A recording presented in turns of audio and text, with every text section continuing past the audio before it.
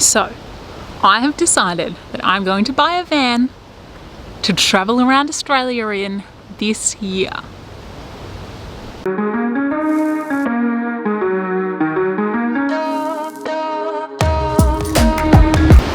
I told Dad about my plans, so he started putting together an outdoor survival kit for me. He says that there are 2 kits, one for the car. The first thing is the in-car kit. Now you could use any container. I just grabbed one of these old army ammunition boxes, empty. And the second will be a small one for the backpack. Do another one which might be to go in your backpack. Oh. Yeah, so we'll do 2 different things. So we decided to make this Outback Survival Training with Dad series so that I can show you all of the skills that he teaches me so that I can actually survive in the Australian Outback.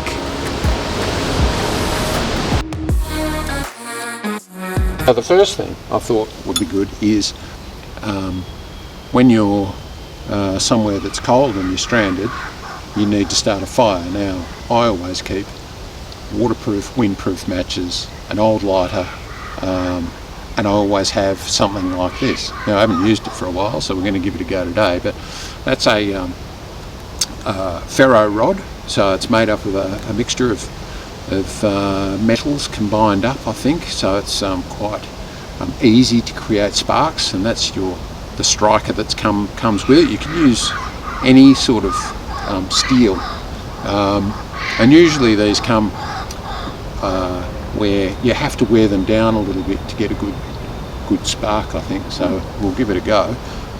So first thing I wanted to say though is that the intention of this is for survival. So where we live in the hills outside of Melbourne, we are prone to bushfire every year, and there are idiots that go around lighting fires. So I'm not one of those idiots. This is really just for Emily, for a survival thing. So you would only use this if you needed to.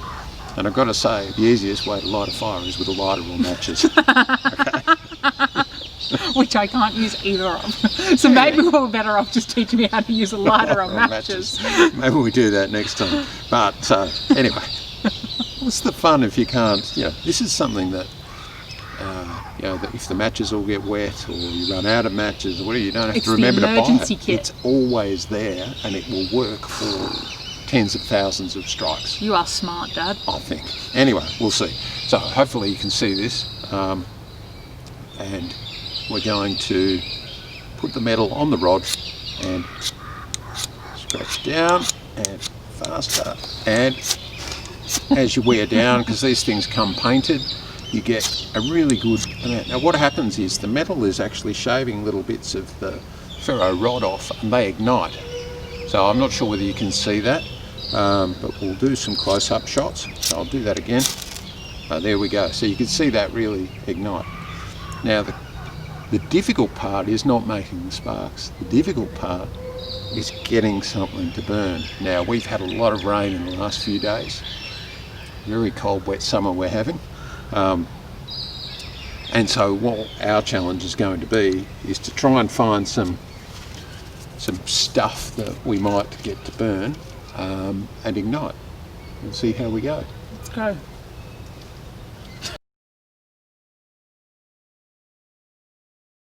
Can I try to make a spark? Love you too. So other side, yeah, and you've got to put a bit of pressure on. Should my finger be back further? No, Will I burn myself? No, it's not going to burn yourself. Okay. Yeah, unless you really... No. You can put a lot more pressure on. There you go, see? So you can do it. Yeah, that's very good. So I wanted to show you something else that at some stage will get you... Really, all you need is this, because you've probably got other implements that you could use. Now, using other implements may damage the other implements. So if you've got, this is an old knife I use for cleaning trout. You can use a knife to create a spark. Now it will damage the steel. So if you've got a stainless steel knife, you may, by using it for this sort of thing, make it prone to rust. Okay, right. So you probably don't want to use a good knife. You don't want to use the nice cutlery from inside. From this, I haven't tried. Oh yeah, straight off. So, and I can see on there, there's left particles of the ferro material on the knife. So that's on a knife. Most of us that are going bush have some sort of tool. I have a Leatherman. This is the Leatherman Wave, fantastic tool, and we'll do something for Emily. Will need something like this. You know, she may never use this stuff, but I'll have fun building the kit. So I might just try this, a little standard screwdriver, and you can use it for prying things or anything. But let's just try that and see whether we can make a spark. And sure enough, we can make sparks. So there you go. So step one, You don't need that bit. make a spark. That's right. Great. Getting a fire going. So what we need to do is you probably take it through a couple of steps. You need something very, very fine and fibrous that will catch light very quickly. And then once we get to that, then we get it into some next size up and next size up, and then we get some kindling, and away we go. So what we might do is build up some of that stuff. Can you use leaves? And then we'll come back. You can. The eucalyptus leaves are okay, but there's probably some better stuff around. We're at home, so we'll see what we can find around the place. Let's go. Go team.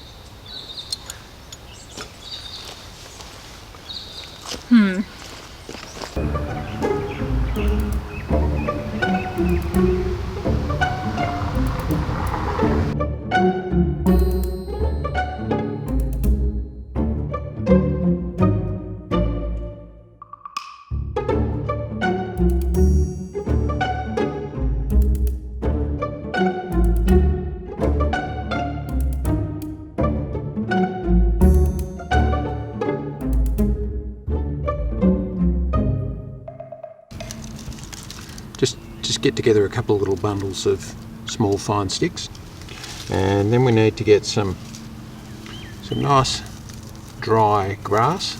What we've got here is wet, so we had one false start. So now we're going to collect a bit more of this dry grass and see how we go. There we go. You did it. There we go.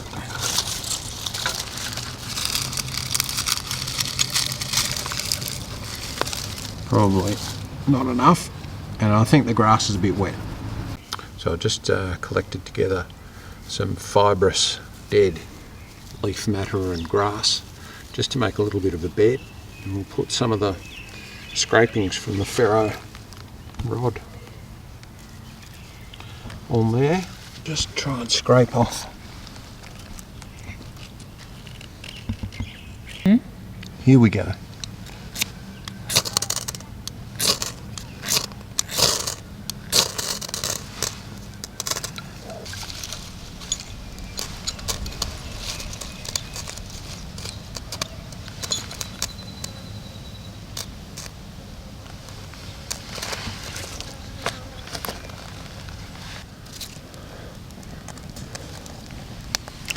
Dad, it's a fire.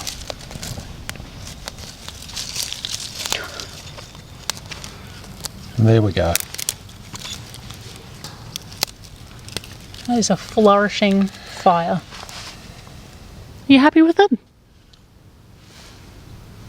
Job done. So there you go, Emily. Now you know if you're stuck in the bush, you need a fire overnight. Ferro rod, bit of steel, your knife, Leatherman, all sorts of ways that you can get that going. So You'll keep nice and toasty from this. So we'll put this out now because we don't need a fire. It's summer. It's a cold day today.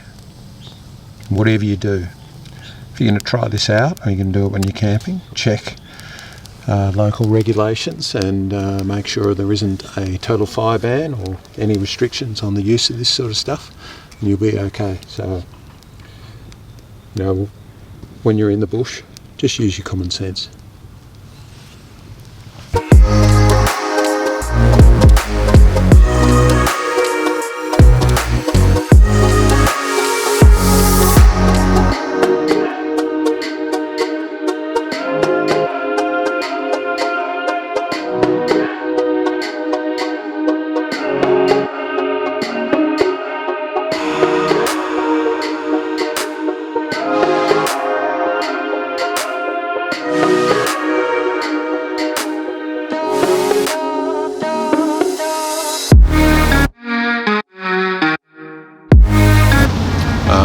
If you get stranded, some of our tracks and things can be difficult to navigate. You don't know what's going to happen, so always best to be prepared. The major thing in the bush is if you're in a car and you get stuck, probably to stay with the car.